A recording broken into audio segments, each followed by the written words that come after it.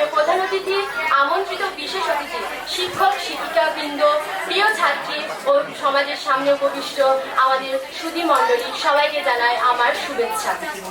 আজকের দিনটিকে স্মরণীয় করবার জন্য আমরা অর্থাৎ ইকরা ইন্টারন্যাশনাল স্কুলের ছাত্রীবৃন্দ প্রতিভার অবমৃত নাটকটি উপস্থাপন করে সমাজের বর্তমান চরিত্র এবং প্রতিভার অপমৃত নাটকটির মধ্য দিয়ে আমরা মর্মান্তিক পরিস্থিতিকে অভাসিত করতে চলেছি। উপস্থিত চরিত্রগুলি হলো বাবা রিফা খাতুন, মা সামিমা খাতুন, কন্যা মারিয়াম খন্দেকার, ডাক্তার সামিমা খাতুন, মুসাম্মেদ রিমা সুলতানা, ইয়াসমিন খাতুন, রুকসা সুলতানা, ফিরদৌসি খাতুন, সুমাইয়া খাতুন, প্রফেসর সুমিয়া খাতুন, ভিলেন নুন্নিশা খাতুন, আসরিন খাতুন, সুমাইয়া খাতুন, মন্ত্রী Iffat Abida, cameraman Golapsa Mondal, reporter Farida Khatun, Taslim Khatun, police Fulbanu Khatun, Neha Khatun এবং সাহায্যকারী সোশ্যাল সাইট ইউটিউব। এরপর শুরু হতে চলেছে আজকের বহু প্রতীক্ষিত নাটক প্রতিভার অপমৃত্যু। চুড়ি লাল ফিতে কানের দুল আলতা, চুড়ি নেবে গো চুড়ি লাল ফিতে কানের দুল আলতা, চুড়ি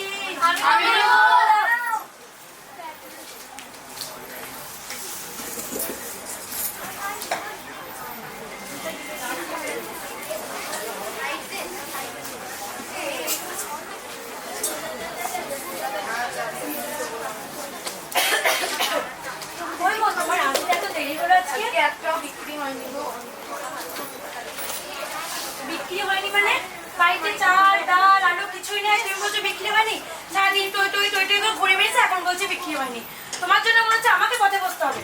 কি আর করবো, আমার ভাগ্যের দোষ। ভাগ্যের দোষ মানে বাড়িতে একটা মেয়ে আছে, তাকে দেখতে হবে তো। হ্যাঁ, ওর তো বিয়ে দিতে হবে। কদিন আগে অবশ্য গদার বাবা বলছিল বিয়ের জন্য। গদার বাবা তারা তো বেশ ভালোই হয়। তুমি মেয়েকে বুঝিয়ে বলো তাহলে। বেশ, তুমি বিশ্রাম করো, আমি মেয়েকে বুঝিয়ে বলছি।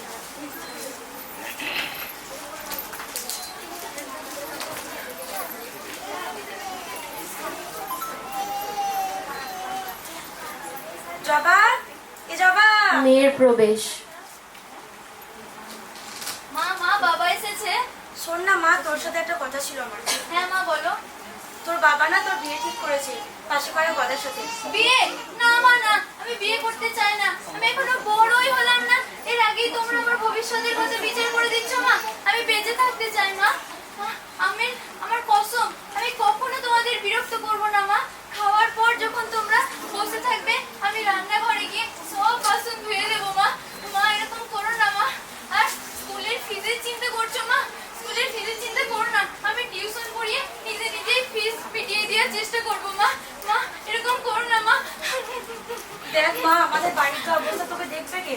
না মা এরকম করো না, আমি বাবার সাথে কথা বলে দেখছি মা। বেশ, তুই তোর বাবার সাথে কথা বল।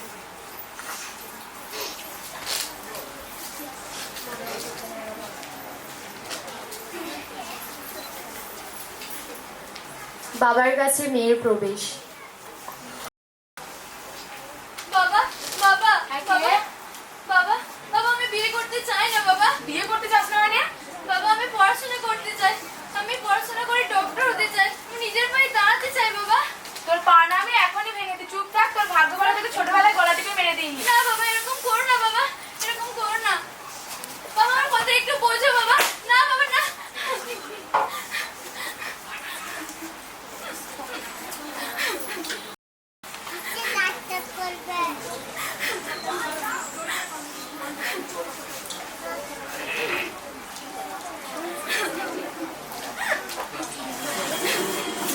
আবার 15 বছর পর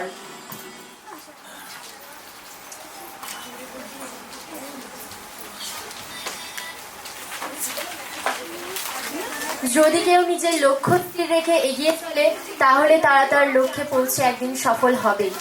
শত বাধা অতিক্রম করে সে আজ একজন প্রতিষ্ঠিত ডাক্তার। সফল হওয়ার পরও কি কোনো বাধা আসে না? সেরকম একটি বাধা এসেছে ওর জীবনে। এই তোর সার্টিফিকেট দেখছে? এমনি সার্টিফিকেট না তো, দেখা যাক কি করা যায়।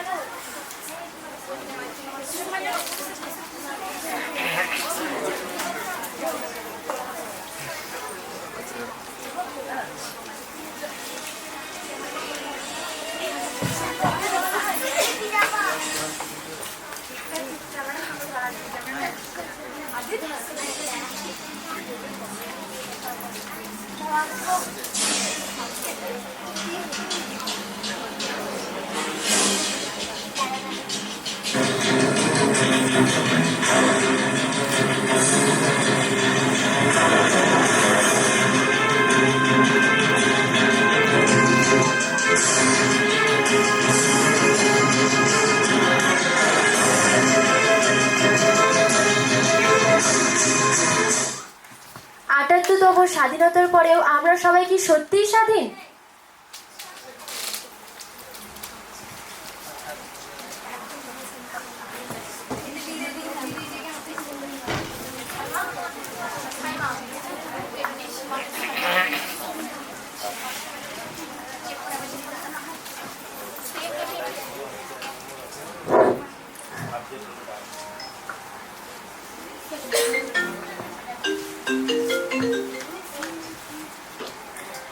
হ্যালো, হ্যাঁ মা, কি করছিস মা?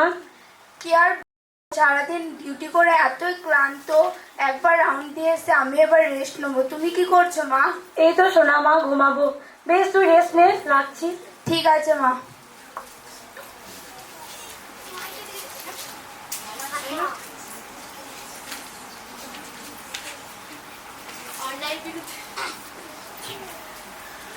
অন্যায়ের বিরুদ্ধে প্রতিবাদ করার জন্য মেয়েটির জীবনে ঘটে গেল এক চরম দুর্ঘটনা।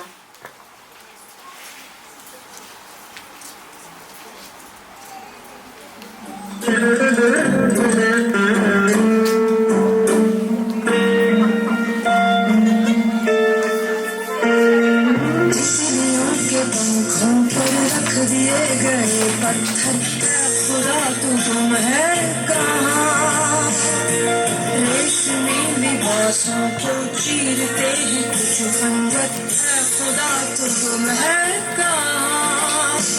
क्या जल पड़ी है, क्या आग जल पड़ी है, क्यों चीखता है सुरमई धुआं? क्या जल पड़ी है, क्या आग जल पड़ी है, क्यों चीखता है सुरमई धुआं?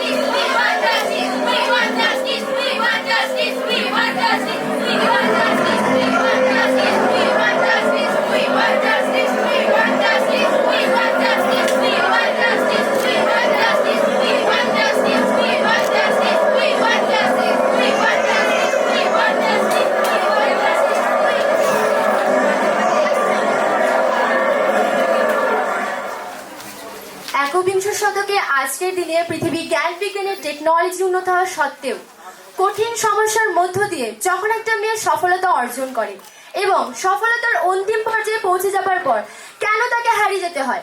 আজকের সমাজ কি পারে না আমাদেরকে এতটুকু প্রোটেকশন দিতে? আমরা কি পারি না এই প্রতিকূলতার মধ্য দিয়ে বেড়ে উঠতে? আমরা আমাদের মেয়েদেরকে সামাজিক সুরক্ষা দিতে? এমন অবস্থায় সমাজের দাবি উই ওয়ান্ট জাস্টিস, কিন্তু জাস্টিসটা দেবে কে? জাস্টিসটা দেবে কে? আমরাই কি পারি না এই নারীদের উপর প্রতিবাদ বন্ধ করতে, নারীদের উপর অন্যায় বন্ধ করতে?